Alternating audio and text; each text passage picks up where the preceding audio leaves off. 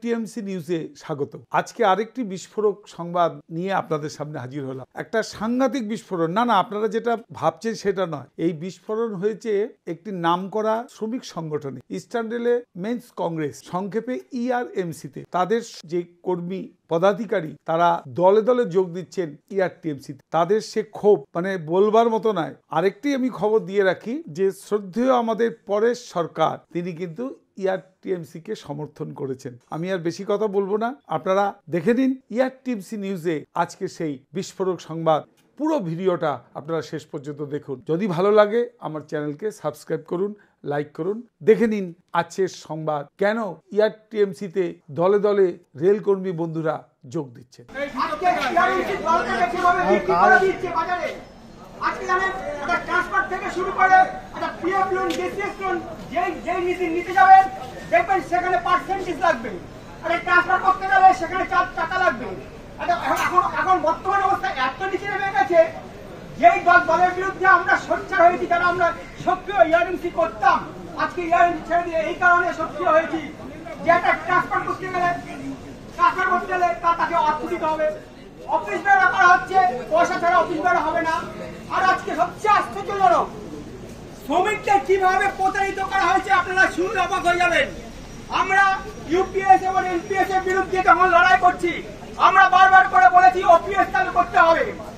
সেই ওপিএস চালু করার মধ্যে দিয়ে আমরা কি দেখলাম, একটা হট করে একটা হয়ে গেল। যারা প্রধানমন্ত্রীর সাথে মিটিং করলো দুটো ইউনিয়ন, একটা রাঘব ভাইয়া আর একটা শিবকাপল মিশ্র, দুজনে মিটিং করে এবার সেখানে করে দিল ইউপিএস। এখন আমার সামনে আছেন তরুণ রায়। আমার বলতে লজ্জা নেই, আজ ইনি টিএমসির হয়ে প্রচার করছেন। আমি একটি অপ্রিয় সত্য কথা দাদার কাছ থেকে জানতে চাইব যে আপনি তো একসময় ইআরএমসির একজন বিরাট পদাধিকারী ছিলেন এবং তার জন্য দারুণ একসময় শ্রমিক আন্দোলন করেছেন।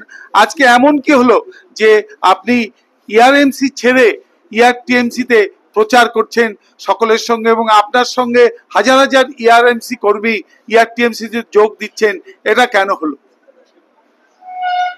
নমস্কার। যে কথাটা বলেছেন ঠিকই। রেলে জয়েন করার পর থেকে আমি দীর্ঘদিন, যতদিন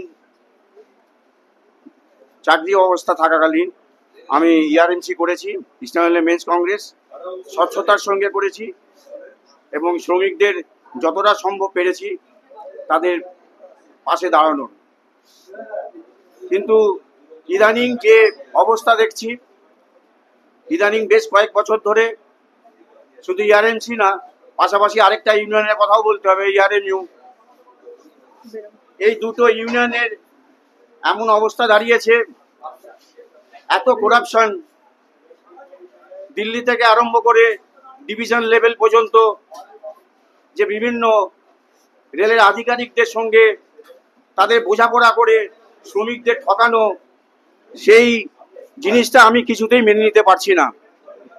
আজকে আমাকে বাধ্য করেছে যে টিএমসি, ইস্টার্ন রেলে তৃণমূল মেন্স কংগ্রেস এমন একটা সংগঠন, যে সংগঠন শ্রমিকের পাশে দাঁড়ানোর বার্তা দিতে পারে, শ্রমিকের দিশা দিতে পারে, সেই আশা নিয়েই আমি এই সংগঠনের পাশে এসে দাঁড়িয়েছি।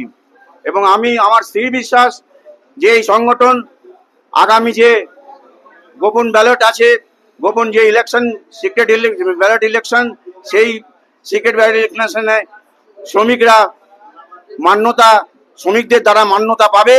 এবং আমি আমার স্থির বিশ্বাস এই জোনে, ইস্টার্ন রেলের জোনে টিএমসি প্রথম স্থান দখল করবে, এটা আমার স্থির বিশ্বাস।